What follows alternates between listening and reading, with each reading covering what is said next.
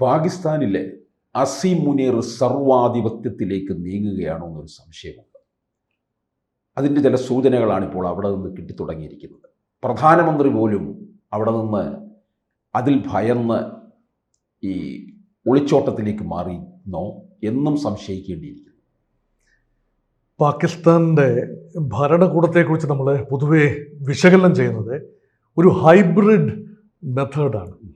അതായത് സൈന്യവും ജനങ്ങൾ തിരഞ്ഞെടുത്ത ജനാധിപത്യ ഭരണകൂടവും ചേർന്നുള്ള ഒരു ഹൈബ്രിഡ് മോഡൽ. അതാണ് പാകിസ്ഥാൻ്റെ പൊതുവെയുള്ള രീതി. അതിൽ നിന്ന് പരിമിതമായി അവൈലബിൾ ആകുന്ന ജനാധിപത്യ ക്രമത്തിൽ നിന്നും ഏതാണ്ട് പൂർണ്ണമായ സൈനിക ഭരണത്തിലേക്ക് പാകിസ്ഥാൻ നീങ്ങുന്നു എന്നതിൻ്റെ സൂചനകളാണ് കഴിഞ്ഞ 2 മാസമായി വന്നിരിക്കുന്നത്. ആദ്യപടിയായി പാകിസ്ഥാൻ കരസേനാ മേധാവിയായ ജനറൽ അസിം മുനീറിനെ ഫീൽഡ് മാർഷൽ പദവിയിലേക്ക് ഉയർത്തുന്നു.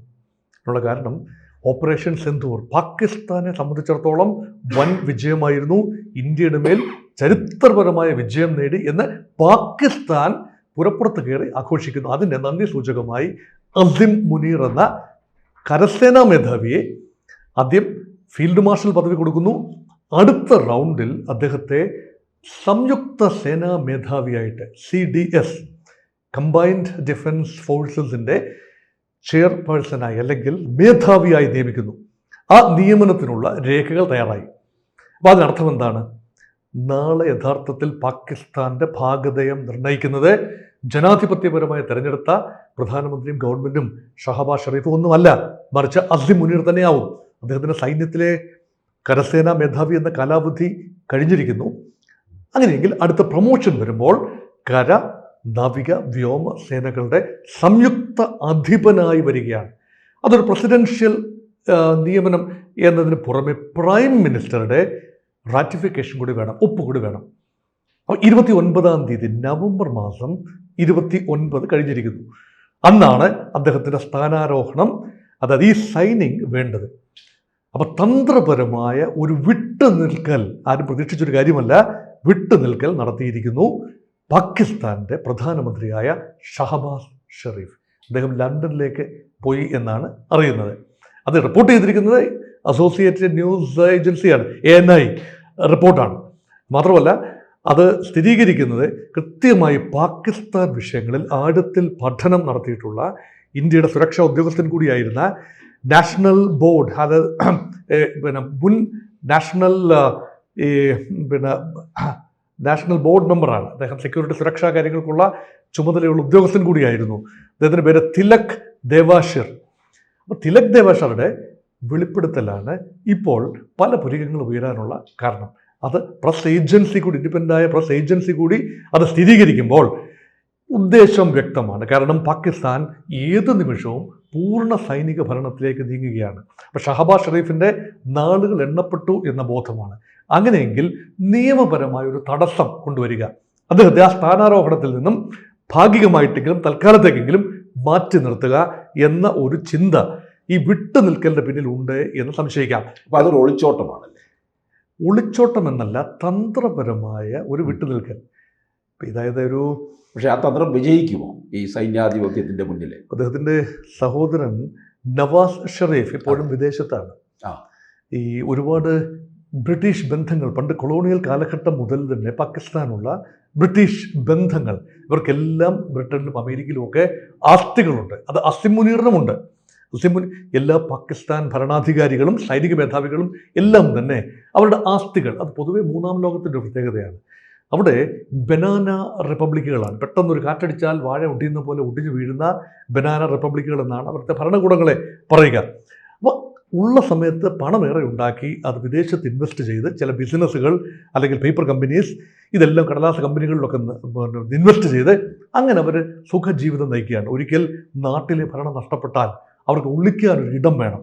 അങ്ങനെയാണ് ആ ഒരു മാതൃക ഒരുപക്ഷെ ഷഹബാസ് ഷെറീഫ് പിന്തുടർന്നത് പോലെ തന്നെ, നവാസ് ഷെറീഫ് പിന്തുടർന്ന പോലെ തന്നെ അദ്ദേഹത്തിൻ്റെ സഹോദരൻ ഷഹബാസ് ഷെറീഫ്, ഇപ്പോഴത്തെ പ്രധാനമന്ത്രിയും പിന്തുടർന്നു എന്ന് കാണാം. സാധിക്കുമെങ്കിൽ അന്താരാഷ്ട്ര സമ്മർദ്ദം, ബ്രിട്ടീഷുകാരുടെ സമ്മർദ്ദം, പല രീതിയിൽ ആഭ്യന്തരമായി തന്നെ ചില പുനർവിചിന്തനം ഉണ്ടാകും. ചില ജനാധിപത്യവാദികളുടെ വലിയ ഇതുണ്ട്, ആഭ്യന്തരമായ കലഹം ഉണ്ടായിരുന്നിരിക്കാം. പഴയതുപോലെയൊന്നും സൈന്യത്തെ അവിടുത്തെ ആളുകൾ അംഗീകരിക്കുന്നില്ല. അതിന് സൂചനയാണ് കഴിഞ്ഞ വർഷം സൈന്യത്തിൻ്റെ ബാരക്കുകൾ ജനം കയ്യേറിയ ഒരു കാഴ്ച. മാത്രമല്ല സൈന്യം ആർഭാട ജീവിതം നയിക്കുകയാണ്. സൈന്യത്തിനാണ് പാകിസ്ഥാൻ്റെ വ്യവസായ മേഖലയിലെ പല ഇൻവെസ്റ്റ്മെൻറ്റുകളും സൈന്യത്തിൻ്റെ തലപ്പത്തുള്ള ആളുകളാണ്. അപ്പോൾ സൈന്യത്തെ നമുക്ക് പറയുമല്ലോ, എല്ലാ രാജ്യത്തിനും ഒരു സൈന്യമുണ്ട്, പക്ഷേ സൈന്യത്തിന് വേണ്ടി ഒരു രാജ്യമുണ്ട്, അതാകുന്നു പാകിസ്ഥാൻ. അപ്പോൾ ആ സൈന്യം എന്ന് പറയുമ്പോൾ തന്നെ കരസേനയാണ് അതിൽ മുഖ്യം. അതിൻ്റെ തലപ്പത്ത് ആര് വരുന്നോ അദ്ദേഹമാവും യഥാർത്ഥ ഭരണാധികാരി. അദ്ദേഹത്തിന് ഇഷ്ടമുള്ളിടത്തോളം കാലം തിരഞ്ഞെടുക്കപ്പെട്ട ഒരു സർക്കാരിന് ഇരിക്കാം. ഇമ്രാൻഖാൻ അങ്ങനെയാണ് ഇരുന്നത്. ഇമ്രാൻഖാൻ സൈന്യവുമായി നല്ല ചങ്ങാത്തത്തിലായിരുന്നു. സൈന്യവുമായി എപ്പോൾ ഇമ്രാൻഖാൻ തെറ്റിയോ, അമേരിക്കയുമായി എപ്പോൾ ഇമ്രാൻഖാൻ ചെറിയ അകൽച്ച പാലിച്ചോ, ഇമ്രാൻഖാന് പുറത്തു പോകേണ്ടി വന്നു. തോഷാഖാന അഴിമതി കേസായി, മറ്റു കാര്യങ്ങളായി. ഇപ്പോൾ ഇമ്രാൻ ജീവിച്ചിരിപ്പുണ്ടോ ഇല്ലയോ എന്ന് പോലും അറിയാൻ വയ്യാത്ത ഒരവസ്ഥയിൽ നിഗൂഢമായി അദ്ദേഹം മിസ്സിംഗ് ആണ്, ജയിലിൽ. അദ്ദേഹത്തെ കാണാൻ അനുവാദമില്ല. 1 മാസമായി കുടുംബാംഗങ്ങൾക്ക് അനുവാദമില്ല. അദ്ദേഹം ആരോഗ്യവാനായിരിക്കുന്നു എന്ന് പറയുന്നു. പക്ഷെ അദ്ദേഹം മാത്രമാണ്, ഇമ്രാൻഖാൻ മാത്രമാണ് പലപ്പോഴും ഇന്ത്യ വിരോധം, നിലനിൽപ്പിന് വേണ്ടി ഇന്ത്യ വിരോധമൊക്കെ ആളിക്കത്തിച്ചിട്ടുള്ള ആൾ തന്നെയാണ് ഇമ്രാൻഖാൻ.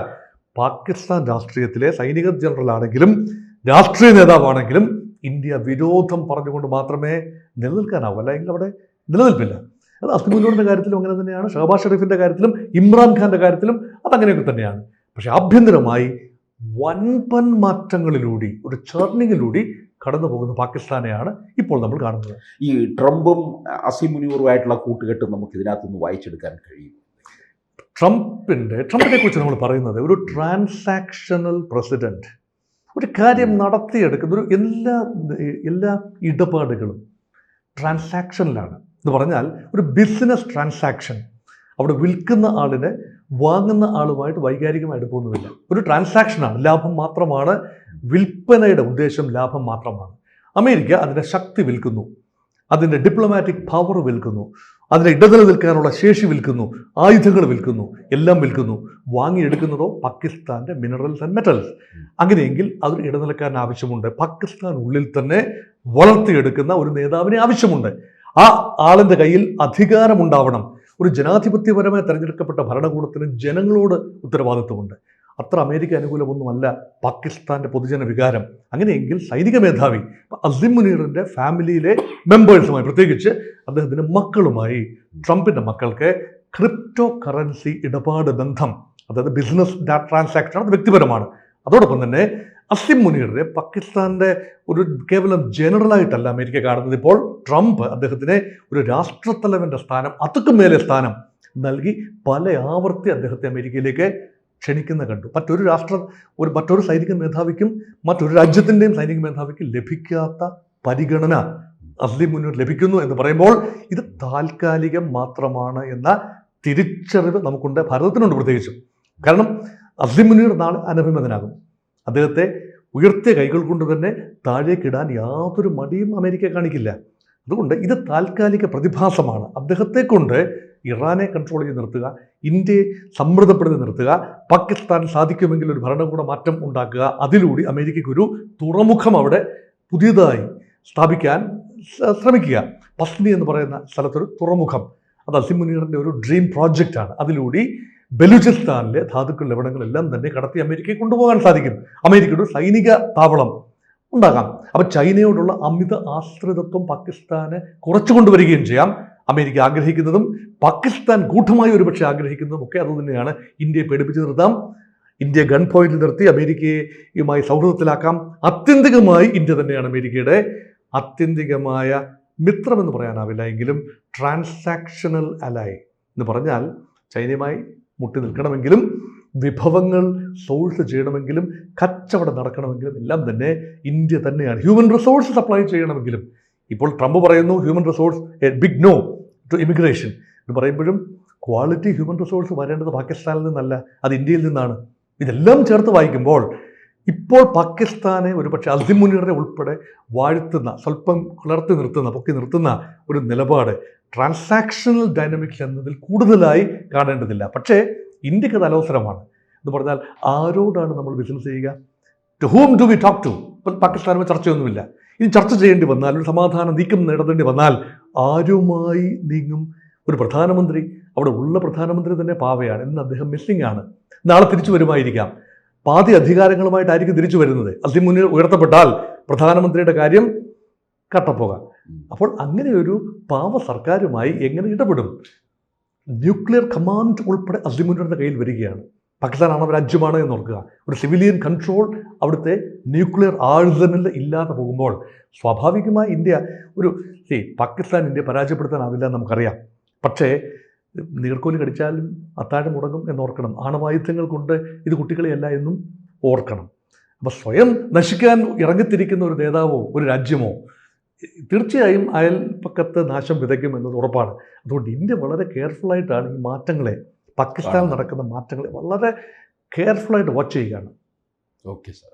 കൂടുതൽ വാർത്തകളും വിശേഷങ്ങളും നിങ്ങളിലേക്ക് എത്താൻ ABC മലയാളം സബ്സ്ക്രൈബ് ചെയ്യുക, ബെൽ ബട്ടണും അമർത്തുക.